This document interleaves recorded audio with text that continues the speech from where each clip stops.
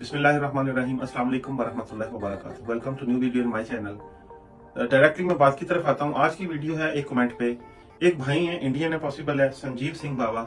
उन्होंने बड़े कंप्लीट एक क्वेश्चन पूछा हुआ है, 4 चीजें उसमें, लेकिन एक बंदा जो स्पेन से, इटली से, यूनान से जर्मनी जाने का बहुत ट्रेंड है, उसकी 4 चीजें हैं। मेन चीज क्या है कि जो हमारे पास स्पेन के पेपर हैं वो हमने चेंज कैसे करवाने हैं, जर्मनी जाके पहला कार्ड कौन सा मिलेगा, कौन सी हेल्प बाद में ले सकेंगे, 4 घंटे काम कर सकेंगे या 8 घंटे काम कर सकेंगे, उसके बाद फुल टाइम काम करने पे पैसे, जर्मनी, खुले वीजा से मुराद परमानेंट, जो मैं यहाँ पे कमेंट पिन कर दूंगा, आप खुद भी पढ़ सकते हैं कि जो परमानेंट कार्ड है जर्मनी का वो मिलने तक हमें क्या प्रॉब्लम्स है। इसमें मेरे दोस्तों सबसे पहले तो मैं आपको ये कहूंगा कि आपने जर्मनी जाने की खुशी में, वहां पे काम करने की खुशी में, वहां पे तनख्वाह थोड़ी ज्यादा मिलने की खुशी में ये हरगिज नहीं भूलना कि आपको स्पेन के भी पीछे जो ओरिजिनल पेपर हैं जिनकी बेस पे आपने चेंज करवाए हैं वो वैलिड चाहिए। परमानेंट कार्ड लेते वक्त जब आप परमानेंट कार्ड लेंगे जर्मनी का, तो उस वक्त फाइनल स्टेज पे वो आपसे वैलिड कार्ड मांगेंगे, अपने यूनान का, अपने स्पेन का, अपने इटली का, जहां से आप आए हुए हैं। वीडियो फर्दर जाने से पहले मैं रिक्वेस्ट करूंगा आपसे, प्लीज मेरे चैनल को सब्सक्राइब कीजिएगा, मेरी वीडियो को शेयर कर दिया करें। अगर किसी का भला हो जाए तो मेरे ख्याल में दैट इज समथिंग आजकल के दौर में सबसे बेस्ट चीज है कि आप किसी के लिए क्या भला कर सकते हैं। सबसे पहले वीडियो के टॉपिक पे आते हैं कि आपके पास किसी भी जर्मनी के अलावा किसी भी कंट्री का कार्ड है, तो जर्मनी में जाके जब आप चेंज करवाएंगे तो आपको 1 साल का कार्ड मिलेगा। 1 साल का कार्ड, ये सारी चीजें लिखते जाएं, नोट करते जाएं, सारी चीजें मैं इसमें कवर करूंगा। 1 साल का कार्ड उस वक्त मिलेगा जब आपके मुल्क का पासपोर्ट आपके पास 1 साल पीछे वैलिड है। होता क्या है कि हम प्लानिंग करते हैं कि हमें जर्मनी में जाना है, लेकिन हम अपने जो मुल्क का कंट्री, पाकिस्तान, इंडिया, बांग्लादेश, नेपाल, किसी भी कंट्री के हमने वो देखना होता है कि वो वैलिड है या नहीं वैलिड है, या कितनी देर वैलिड है। हम प्रोसेस शुरू कर लेते हैं, वहां पे जाकर पेपर सबमिट करवा देते हैं, बाद में पता चलता है कि पासपोर्ट तो सिर्फ 6 महीने वैलिड रह गया है, तो जर्मनी वाले भी आपको 6 महीने का कार्ड ही देंगे, उतनी देर का कार्ड देंगे जितनी देर तक आपकी कंट्री का पासपोर्ट वैलिड है। पहला कार्ड आपको मिल गया वर्क कॉन्ट्रैक्ट के साथ 1 साल का। जर्मनी का जो पहला कार्ड आपको मिलेगा उसके साथ एक वो शर्त वाला पेपर देंगे, लेकिन उसमें एक शर्त होगी कि आप 1 साल जिस कंपनी का कॉन्ट्रैक्ट आपने लगा के पेपर चेंज किए हैं, ये 100% श्योर है कि बिल्कुल ये कानून होता है हर जगह पे, हर स्टेट में, वो उसके अलावा आप कहीं और काम नहीं कर सकेंगे। 1 साल आपने उसी कंपनी में काम करना है। 1 साल के अंदर अंदर अगर कंपनी बंद हो गई है या आप अपनी मर्जी से काम छोड़ रहे हैं तो आपका कार्ड डिसवैलिड हो जाएगा, वो वैलिड नहीं रहेगा। आपके पास शर्त ही कोई नहीं, आप किसी और के पास काम ही नहीं कर सकते। आपने दोबारा आउटस्टैंडर जोड़े जाना है, नया वर्क कॉन्ट्रैक्ट ढूंढना है, नए सिरे से काम करना है, फिर 1 साल पूरा करना है। 1 साल जब पहला पूरा कर लेंगे आपकी वो शर्त खत्म हो जाएगी। आपने वर्क कॉन्ट्रैक्ट दोबारा से लगाना है, अपने पेपर रीन्यू के लिए जमा करवाने हैं। रीन्यू करवाते हुए भी ज़हन में रखें कि जितनी देर आपका पासपोर्ट वैलिड है, अगर 6 महीने से कम वैलिड है तो आपको प्लास्टिक का कार्ड नहीं मिलेगा। 6 महीने से कम आपके मुल्क का पासपोर्ट वैलिड है तो आपको वो पेपर डुल्डुंग वाला मिल जाएगा जिसके ऊपर स्टिकर लगा होता है।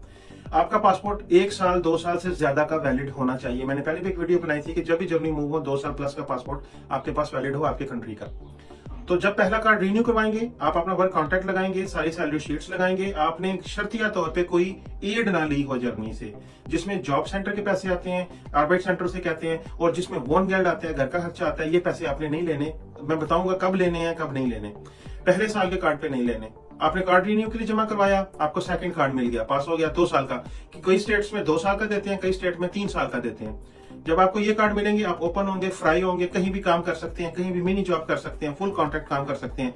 लेकिन अगर परमानेंट की रेस तक पहुंचना है, आपने परमानेंट कार्ड लेने की रेस तक पहुंचना है 5 साल का, तो आपने फिर भी जॉब सेंटर पे नहीं जाना, आपने फिर भी वोन गेल्ड नहीं अप्लाई करने, और थर्ड चीज आपने 8 घंटे काम करना है, फुल सैलरी चाहिए। मिनी जॉब ये नहीं कि 450 यूरो या 500 या 800 यूरो शो कर रहे हैं, नहीं, बिल्कुल नहीं।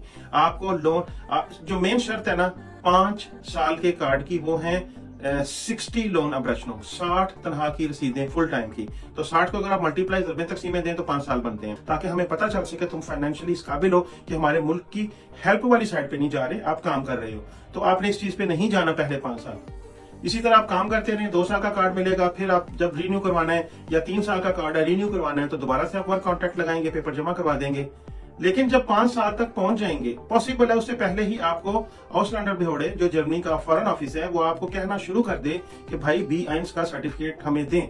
B1 के सर्टिफिकेट के अलावा, जर्मन लैंग्वेज सर्टिफिकेट B1 के अलावा, आपको बहुत कम ऑफिसेज हैं जो आपको ये नहीं पूछते पहले और 5 साल तक ले जाते हैं। 5 साल का कार्ड तो 100% उस वक्त मिलेगा जब आपने B1 कर लिया होगा। B1 लैंग्वेज सर्टिफिकेट लगाएंगे तो परमानेंट कार्ड मिलना है, अगर नहीं लगाएंगे तो परमानेंट कार्ड नहीं मिलना। कुछ स्टेट्स नहीं पूछती कि दाखिला लिया है नहीं लिया, लेकिन वो आपको फिर 2 साल का कार्ड दे देंगी 5 साल पूरे होने के बाद, लेकिन परमानेंट कार्ड नहीं देंगी। और परमानेंट कार्ड जब आपका टाइम आएगा तो उस वक्त आपसे कहा जाएगा कि जिस कंट्री से आप मूव हुए थे, जर्मनी में, स्पेन से आए थे, यूनान से आए थे, इटली से आए थे, उस कंट्री का भी वैलिड परमानेंट कार्ड लेके आए और हमें वो दें। अब कुछ लोग क्या करते हैं, वो जर्मनी का कार्ड ले लेते हैं, 2-3 साल का कार्ड मिला, वो भूल जाते हैं कि मेरे पास यूनान के पेपर पड़े हुए हैं, भूल जाते हैं मेरे पास स्पेन के पेपर पड़े हुए हैं जो कि एक्सपायर हो गए हैं, जो कि मैंने रिन्यू नहीं करवाए, क्योंकि पीछे भी मुल्कों में कुछ शर्तें हैं। आप कितनी देर स्पेन से बाहर रह सकते हैं, आप कितनी देर स्पेन से बाहर यूरोपीय यूनियन में रह सकते हैं, आप कितनी देर अपनी पदरों रजिस्ट्रेशन के बगैर रह सकते हैं। ये एक अलग टॉपिक है, ये इंशाल्लाह नेक्स्ट वीडियो में डिस्कस करूंगा। लेकिन ये आज का टॉपिक मैंने आपसे कवर करना था कि पहले साल के कार्ड से लेके परमानेंट कार्ड, उम्र फ्रिज जिसे कहते हैं, परमानेंट कार्ड 5 साल का पहुंचने तक क्या क्या प्रॉब्लम्स आ सकती हैं। ठीक है, और आपने फिर वही बात है, रिपीट कर रहा हूँ, जॉब सेंटर पे नहीं जाना, बोन रिजल्ट नहीं लेने, फुल टाइम काम करना है। 4 घंटे के काम पे काम नहीं चलेगा, आपने फुल टाइम काम करना है। और 60 लोन अब्रेशनो, 60 सैलरी शीट्स आपको चाहिए, और B1 का सर्टिफिकेट 100% है अगर जर्मन डॉक्यूमेंट्स लेने हैं। क्योंकि अभी जो कानून यहाँ पास हो रहा है जर्मन पासपोर्ट का, 5 साल की बेस पे हो तो रहा है, अभी हुआ नहीं है, हो जाएगा इंशाल्लाह, लेकिन उसमें भी आके बहुत सी रिक्वायरमेंट है, उसमें भी ये B1 सर्टिफिकेट की टॉप प्रायर रिक्वायरमेंट है। और जो 3 साल का कानून है उसमें सबसे ज्यादा कि आप इंटीग्रेट हुए हो, इंटीग्रेशन कोर्सेज हैं आपके, लेबन इंडोसलैंड का जिस तरह का स्पेन में होता है CCSA का पेपर, वो पेपर आपने क्लियर करना है। उसके बाद आपके पास C1 लैंग्वेज सर्टिफिकेट हो। मेन चीज है कि थोड़ा सा एजुकेटेड हाई स्किल बंदे को ज्यादा प्रेफर करते हैं। एट द एंड मैं आपसे ये कहूंगा कि प्लीज मेरी वीडियो को वॉच करने का, लाइक करने का, कमेंट करने का, सब कुछ ठोकने का। मैं आपको मिलूंगा अगली वीडियो में, तब तक के लिए अपना बहुत सा ध्यान रखें। अल्लाह ने की